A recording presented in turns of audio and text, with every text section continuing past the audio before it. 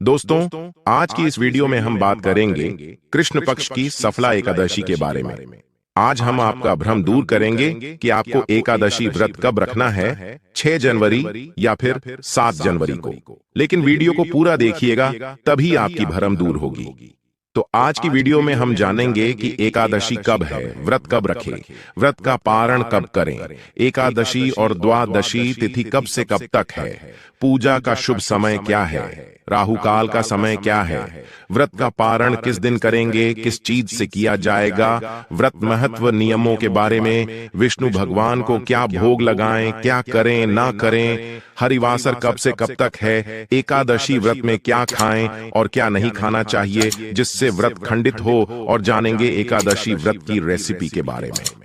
सारी बातें आज की इस वीडियो में हम जानेंगे, तो आप अंत तक वीडियो में बने रहे।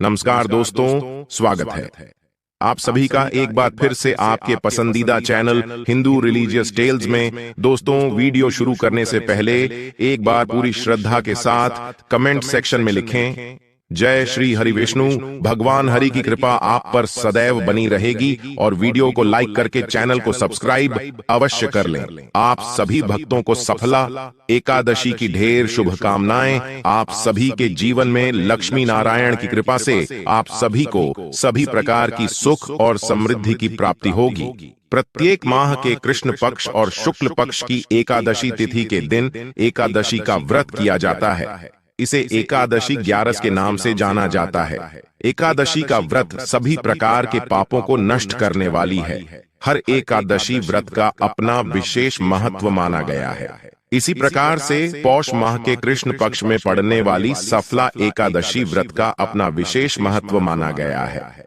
इस दिन विशेष प्रकार से भगवान विष्णु, माता लक्ष्मी और भगवान विष्णु के नारायण स्वरूप का पूजन किया जाता है। जो भी भक्त श्रद्धा के साथ इस व्रत को धारण करते हैं, तो इस व्रत के प्रभाव से सभी प्रकार के पापों का नाश होता है।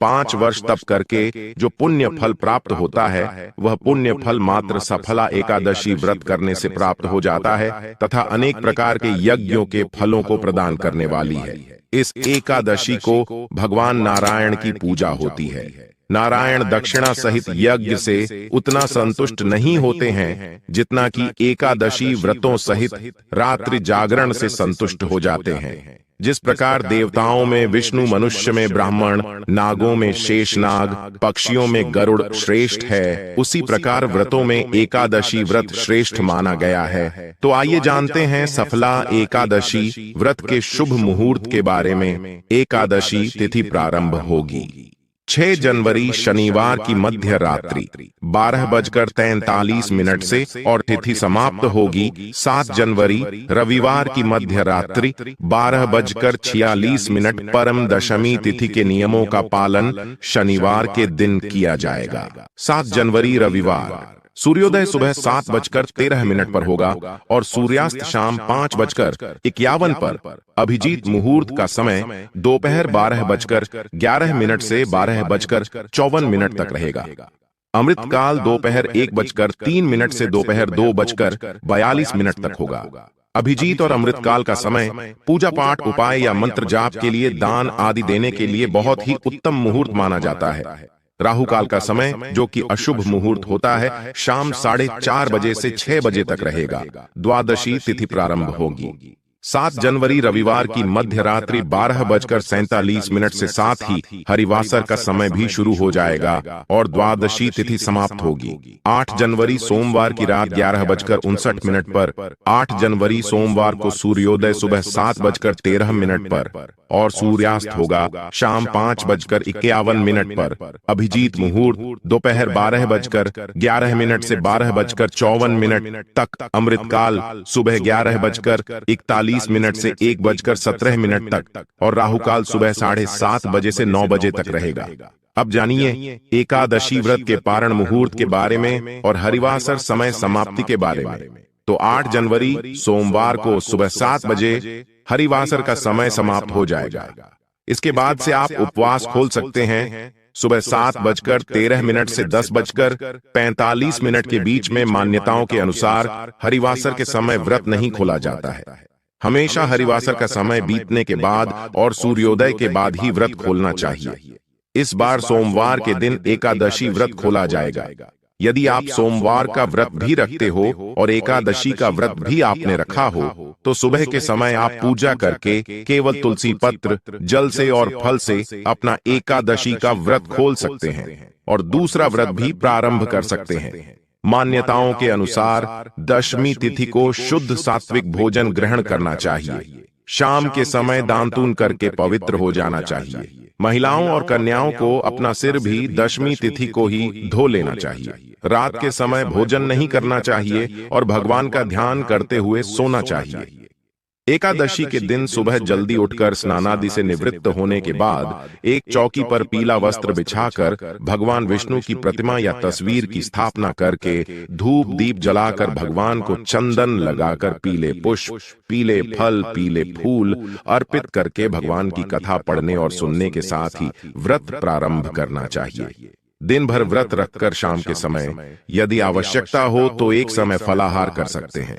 फलाहार में आप मौसमी फल, ड्राई फ्रूट्स, फलों का जूस ले सकते हैं, लेकिन साबूदाना या किसी भी प्रकार के चावल का सेवन आपको नहीं करना चाहिए। अगले दिन द्वादशी तिथि को शुभ मुहूर्त में व्रत खोलने से पहले एक बार फिर से पूजा करें।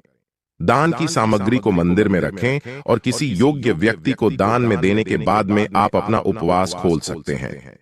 जो लोग व्रत का पारण करते समय तुलसी पत्र मुख में रखते हैं, उनके सभी पापों का नाश हो जाता है और उनका व्रत भी भगवान विष्णु स्वीकार करते हैं। तुलसी पत्र के अलावा भगवान विष्णु को बेर, आंवले भी अर्पित कर सकते हैं। एकादशी और द्वादशी तिथि के दिन घर में शुद्ध सात्विक भोजन बने। एकादशी के दिन चावल का प्रयोग नहीं किया जाता है। महिलाओं को इस दिन सर से स्नान नहीं करना चाहिए। एकादशी के दिन तुलसी जी में जल अर्पित नहीं किया जाता है। भगवान को भोग में तुलसी पत्र जरूर अर्पित करें और तुलसी पत्र को ग्रहण करके ही अपना उपवास खोलना चाहिए। मान्यताओं के अनुसार चंपावती नाम की नगरी में महिष्मान नाम का एक राजा राज्य करता था।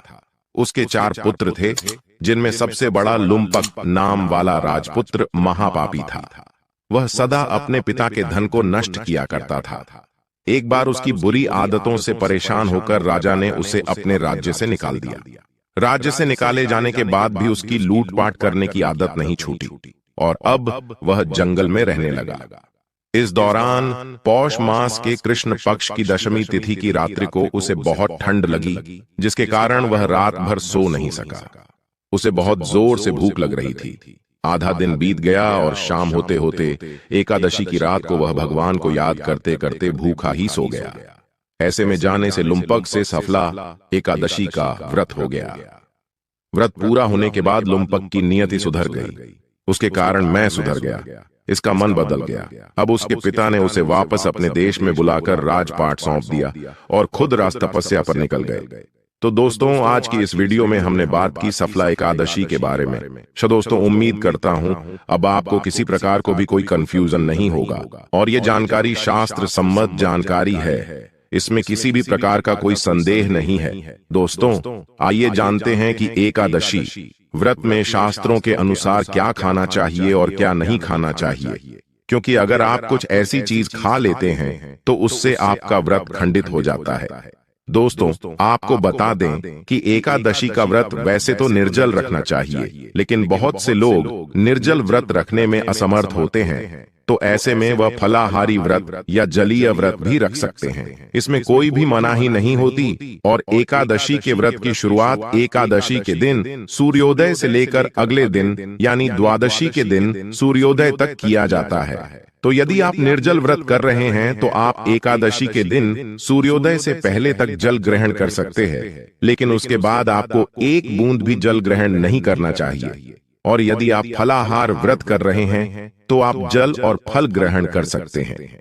दोस्तों, अभी तक आपने वीडियो को लाइक नहीं किया तो वीडियो को लाइक करके हिंदू रिलीजियस टेल्स चैनल को सब्सक्राइब अवश्य कर दें। दोस्तों, एकादशी का व्रत रखने वालों को कुछ चीजों का ध्यान जरूर रखना चाहिए, जैसे इस दिन किसी भी हाल में किसी का दिया हुआ भोजन या किसी के घर से आया हुआ भोजन ग्रहण नहीं करना चाहिए। इस बात का आपको विशेष ध्यान रखना है। दोस्तों, एकादशी के व्रत में चावल का सेवन बिल्कुल भी नहीं किया जाता है। साथ ही इस दिन चावल बिल्कुल भी नहीं बनाए जाते। शास्त्रों में बताया गया कि अगर आप चावल खाते हैं तो वह चावल नहीं, आप कीड़े मकोड़े खा रहे हैं। इसलिए आपको इस दिन चावल नहीं चाहिए और ना ही इसका सेवन करना चाहिए। यदि आप ऐसा करते हैं तो आपका व्रत खंडित हो जाएगा। दोस्तों, एकादशी के एक दिन पहले यानी दशमी तिथि से ही आपको प्याज, लहसुन, मसूर की दाल और चावल का सेवन बंद कर देना चाहिए। दशमी, एकादशी और इसके बाद द्वादशी के दिन भी प्याज, लहसुन, मसूर, उड़द, चने की दाल आदि का सेवन न करें। इसके साथ ही आप इन 3 दिनों में शहद का सेवन भी ना करें और ना ही एकादशी के दिन सेम की फली का सेवन करें। इस बात का आपको ध्यान रखना चाहिए। इसके अलावा एकादशी पर श्री विष्णु की पूजा में मीठा पान चढ़ाया जाता है, लेकिन इस दिन पान खाना भी वर्जित है। दोस्तों, एकादशी तिथि में वर्जित पदार्थ है जौ, बैंगन एंड सेम फली, गेहूं, चावल, दाल या हर प्रकार की दाल, मैदा, बाजरा, मक्का, रागी, जुवार, उड़द और इस प्रकार का कोई भी अनाज। इसके अलावा अन्न युक्त तेल का भी उपयोग एकादशी में नहीं कर सकते हैं, जैसा कि सरसों का तेल, मक्के का तेल, तिल का तेल, सोयाबीन का तेल इत्यादि। एकादशी के दिन इन मसालों का प्रयोग भी नहीं करना चाहिए, जैसे कि हींग, राई, सरसों, इमली, अजवाइन, खसखस, हल्दी, मेथी, कलौंजी, बाहर से लिया हुआ कोई भी सब्जी मसाला, गर्म मसाला, बेकिंग पाउडर, कस्टर्ड पाउडर इत्यादि। मेथी, हींग, सरसों का तेल, सौंफ, इलायची, इमली, लौंग और जायफल आदि मसालों को भी वर्जित बताया गया है। इस दिन बाहर से बने हुए पदार्थ भी नहीं लेने चाहिए, जैसे कि ब्रेड, बिस्किट से रस्क, जेली, पुडिंग, पापड़, अचार, सोया से बने हुए पदार्थ, कस्टर्ड, चीज पैकेट्स वाले नाश्ते, बेकरी आइटम्स इत्यादि। कुछ सब्जियां ऐसी भी हैं जिसका उपयोग हम एकादशी के दिन प्रयोग नहीं करते हैं, और वो है गोभी, पत्ता गोभी फल या बीन्स वाली प्रत्येक सब्जी, पालक, मटर, चने, करेला, ब्रोकली, तोरी, भिंडी, बैंगन, पत्तेदार कोई भी साग इत्यादि। एकादशी के दिन लहसुन और प्याज तो बिल्कुल वर्जित है। दोस्तों, एकादशी के दिन मूली, गाजर, शलजम, पालक आदि भी ना खाएं। इस व्रत में कोल्ड ड्रिंक, तला हुआ भोजन, आइसक्रीम, डिब्बे का बंद खाना या पैक्ड फलों का जूस, ये चीजें भी नहीं खानी चाहिए, अन्यथा आपका व्रत खंडित हो सकता है। वैसे तो निराहार रहकर ही एकादशी का व्रत करना चाहिए। अगर आप समर्थ नहीं हैं तो एक बार फलाहार करें। आप फल या घर में निकला हुआ फलों का जूस, दूध, चाय का सेवन करके अपना व्रत कर सकते हैं। फलों में आप केला, आम, अंगूर आदि ले सकते हैं और सूखे मेवे में जैसे बादाम, काजू, पिस्ता आदि का सेवन कर सकते हैं। आप एकादशी के व्रत में सभी प्रकार के फल, चीनी, कुट्टू या सिंघाड़े का आटा, आलू, साबूदाना, शकरकंद, नारियल, दूध, बादाम, काली मिर्च आदि का सेवन कर सकते हैं। और यदि आप नमक के बिना व्रत करने में समर्थ नहीं हैं, तो ध्यान रखें कि आप सिर्फ सेंधा नमक का ही इस्तेमाल करें। आप व्रत वाला नमक यानी सेंधा नमक खाएं, न कि सफेद नमक। इस बात का आपको ध्यान रखना है। चलिए हम आपको बताते हैं कि एकादशी में क्या चीजें खा सकते हैं। कुछ आटा ले सकते हैं, जैसे कि राजगिरे का आटा, सिंघाड़े का या कुट्टू का आटा ले सकते हैं। सब्जियां जैसे कि आलू, शकरकंदी, टमाटर, अदरक, हरी मिर्च, नींबू को नारियल, खीरा, गाजर, कद्दू, पेठा, कच्चा पपीता, कटहल इत्यादि ले सकते हैं।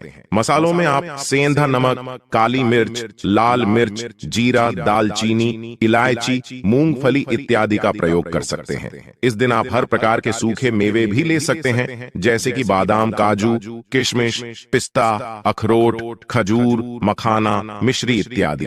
इसके उपरांत हर प्रकार के फल भी एकादशी उपवास में लिए जा सकते हैं। एकादशी का भोजन बनाने के लिए अच्छा तो यही होगा कि सिर्फ घी का प्रयोग किया जाए, लेकिन अगर यह संभव नहीं है तो आप मूंगफली का तेल और सनफ्लावर तेल का उपयोग कर सकते हैं। अन्यथा आपका व्रत खंडित हो सकता है, और यदि किसी कारण भूलवश आपने कुछ ऐसा खा लिया जिससे आपका व्रत खंडित हो गया, तब आप ध्यान रखें कि तुरंत सूर्य देव के दर्शन करें और भगवान विष्णु जी से क्षमा याचना जरूर कर लें। इससे आपको दोष नहीं लगेगा। दोस्तों, एक बात का हमेशा ध्यान रखें कि एकादशी प्रसाद बनाने के लिए आप जो भी तेल या मसाले का प्रयोग करें वो साफ होना चाहिए, या पहले आपने किसी तेल में कोई चीज तली हुई है तो उसी दिन में दोबारा एकादशी प्रसाद मत डालिएगा। उसी प्रकार घर में कोई भी मसाले अगर आटे वाले हाथों से उपयोग में लिए हुए हो या उसमें हल्दी गिरी हो तो उसका प्रयोग नहीं करना चाहिए। एकादशी भोग बनाने के लिए साफ मसाले ही प्रयोग में लेनी चाहिए।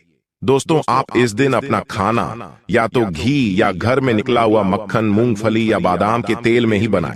अन्य किसी तेल का इस्तेमाल ना करें। एकादशी में दूध और दूध से बनी हुई सभी चीजें ले सकते हैं, जैसे कि दूध, दही, छाछ, मक्खन, पनीर, मट्ठा, चीज से ठंड, लस्सी इत्यादि, और दूध से बनी हुई मिठाई भी आप ले सकते हैं। नींबू पानी भी बना सकते हैं। मीठे में आप चीनी, गुड़ और मिश्री और शक्कर का इस्तेमाल कर सकते हैं। अब आपको हम कुछ एकादशी स्पेशल रेसिपीज के नाम बता देते हैं। साबूदाना खिचड़ी, आलू सब्जी, कुट्टू या राजगिरी के आटे से बनी हुई पूरी, परांठे, चपाती या भाकरी, फ्रूट क्रीम, बिना कस्टर्ड पाउडर के, आलू टिक्की, फ्रेंच फ्राइज, घर पर तले हुए आलू चिप्स, कुट्टू, सिंघाड़ा, साबूदाना खीर, साबूदाना अप्पम, राजगिरी के आटे से बने हुए पकौड़े, केले के चिप्स या केले की सब्जी, दही का रायता, मीठी लस्सी, आलू और पनीर की सब्जी, राजगिरे का हलवा, शकरकंदी का हलवा, रोस्टेड पनीर, नारियल के लड्डू, मूंगफली के लड्डू, मिल्क केक, गाजर का हलवा, मूंगफली चिक्की, राजगिरा के लड्डू, बादाम shake, banana shake, mango shake, chikoo shake, mix fruit juice, खीरा, टमाटर, बॉयल्ड, मूंगफली और नींबू से बना सैलेड, मूंगफली की चटनी, रोस्टेड, मूंगफली मखाना, स्नेकी। ये तो सिर्फ कुछ ही चीजों के नाम हैं जो हमने आपको बताएं। अगर आपको इसके अलावा भी कोई रेसिपी याद आती है तो हमें नीचे कमेंट बॉक्स में जरूर बताइए और बाकी लोगों के साथ भी शेयर कीजिए। क्योंकि देखिए, अगर आपके घर में बच्चे हैं या गर्भवती महिला या फिर बुजुर्ग है तो उनके लिए बिना कुछ खाए पिए रहना संभव नहीं है। तो इसलिए उनके लिए इतने सारे एकादशी व्यंजन आप बना सकते हैं। और अगर एकादशी के दिन इतनी सारी वैरायटी मिलेगी तो बच्चे और बूढ़े खुशी खुशी एकादशी व्रत रखेंगे और उसका पुण्य फल मिलेगा। तो इन सभी चीजों का प्रयोग करके आप एकादशी के दिन भी स्वादिष्ट और अनेक व्यंजन तैयार कर सकते हैं। लेकिन नियम केवल एक ही है कि एकादशी के दिन जो भी भोग बनाएं उसके अंदर तुलसी पत्र डालकर सबसे पहले भगवान को अर्पित किया, उसके बाद ही खुद का उपयोग करें या फिर अन्न को दे दीजिएगा। इस वीडियो को खत्म करने से पहले एक आखिरी लेकिन सबसे महत्वपूर्ण बात हमेशा याद रखिएगा कि सब चीजें जो हम कर रहे हैं वह सिर्फ और सिर्फ इसलिए ताकि एकादशी के दिन हम अपने शारीरिक जरूरतों को पूरा करके स्वस्थ रहकर अधिक से अधिक समय अपने मन और इंद्रियों को नियंत्रण में रखकर हम भगवान श्री कृष्ण का अधिक से अधिक नाम जाप कर सके, उनके दिव्य रूप, गुण, लीलाओं का स्मरण कर सके और अपनी चेतना को भगवान के ऊपर स्थिर कर सके। ये बात हमेशा याद रखें। तो चलिए, इस एकादशी पर आप इनमें से कौन सी रेसिपी ट्राई करेंगे हमें कमेंट करके जरूर बताइएगा। तो दोस्तों, ये जानकारी आपको अच्छी लगी तो वीडियो को लाइक अवश्य कर दें, और अगर आपका कोई सवाल है तो उसे कमेंट बॉक्स में अवश्य पूछ लें। और इस वीडियो को लाइक करें, शेयर करें और साथ ही साथ हिंदू रिलीजियस टेल्स चैनल को सब्सक्राइब करें। और हाँ, बेल आइकन का बटन दबाना बिल्कुल भी ना भूलें। मिलते हैं अपने अगले वीडियो में, तब तक के लिए धन्यवाद। अपना ख्याल रखना दोस्तों। जय श्री राधे कृष्णा। राधे राधे।